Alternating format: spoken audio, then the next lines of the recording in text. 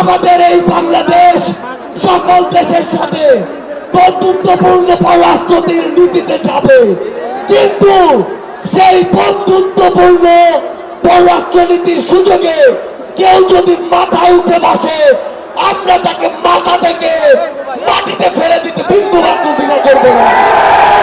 অন্তর্বর্তীকালীন সরকারকে একটি আহ্বান জানাতে চাই, আমরা যদি আমাদের এই শহীদ ভাইদের রক্তের বিচার না করতে পারি, আমরা কখনো নিজেদেরকে মাফ করতে পারবো না।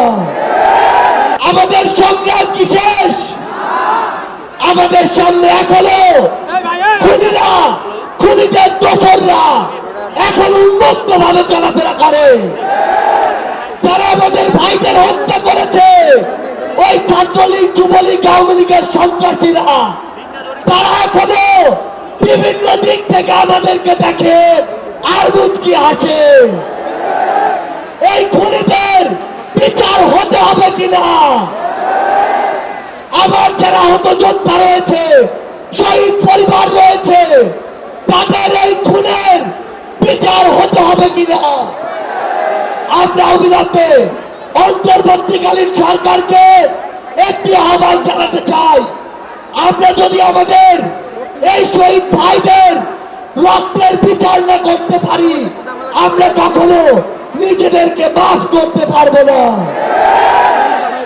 আমরা স্পষ্ট করে একটি কথা বলতে চাই, অন্তর্বর্তীকালীন সরকার এখনো যেই জায়গায় আটকে আছে, আমাদের সিন্ডিকেট গুলো ভাঙতে হবে। এখনো কেন আমরা শুনবো এক হাত থেকে আরেক হাতে সিন্ডিকেট গিয়েছে? তাহলে আপনারা আপনাদের জায়গা থেকে কি অ্যাকশন নিচ্ছেন?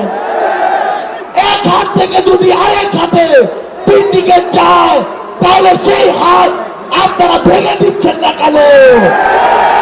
আমরা অন্তর্বর্তীকালীন সরকারকে আরেকটি স্পষ্ট আহ্বান জানাতে চাই, সেটি হচ্ছে আমাদের এই বাংলাদেশ সকল দেশের সাথে বন্ধুত্বপূর্ণ পররাষ্ট্র নীতিতে যাবে, কিন্তু সেই বন্ধুত্বপূর্ণ পররাষ্ট্রনীতির সুযোগে কেউ যদি মাথায় উঠে বসে, আমরা তাকে মাথা থেকে মাটিতে ফেলে দিতে বিন্দুমাত্র দ্বিধা করব না। আমরা স্পষ্ট করে একটি কথা বলতে চাই, যে খুনিরা এই দেশের বাইরে, এই দেশের মানুষের ঘামের হাজার হাজার কোটি টাকা পাচার করেছে, সেই টাকা ফিরিয়ে আনতে হবে। আমরা স্পষ্ট